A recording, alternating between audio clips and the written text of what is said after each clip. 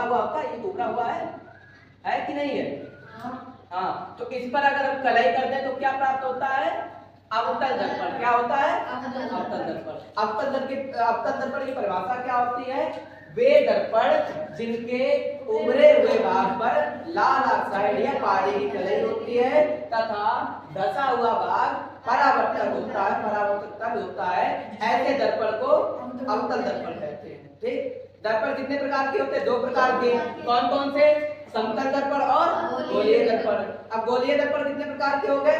2 प्रकार के। कौन कौन से? एक हो गया अवतल और दूसरा क्या हो गया? उत्तल। ठीक, जिस प्रकार से अवतल दर्पण के बाहरी पृष्ठ पर थी कलई और लाल ऑक्साइड की कलई थी, इसी प्रकार से उत्तल दर्पण के किधर पे हो रहा है? धसे हुए तल पे। देखिए है धसे हुए तल पर है लाल ऑक्साइड और कलई है।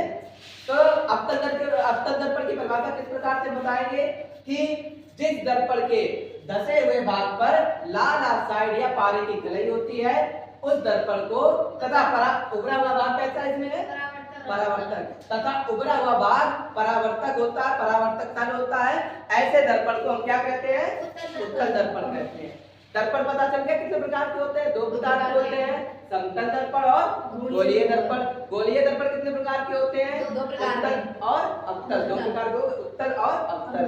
अवतल दर्पण क्या होता है? जिसके उभरे हुए भाग पर लाल ऑक्साइड से कलई होती है और धसा हुआ भाग कैसा होता है? परावर्तक होता है, ऐसे दर्पण को क्या कहते हैं? अवतल दर्पण कहते हैं। और उत्तल दर्पण की क्या होती है? जिसके धसे हुए भाग पर लाल ऑक्साइड की कलई या पेंट होता है, उभरा हुआ भाग कैसा होता है? परावर्तक तल होता है, ऐसे दर्पण को क्या कहते हैं? उत्तल दर्पण कहते हैं।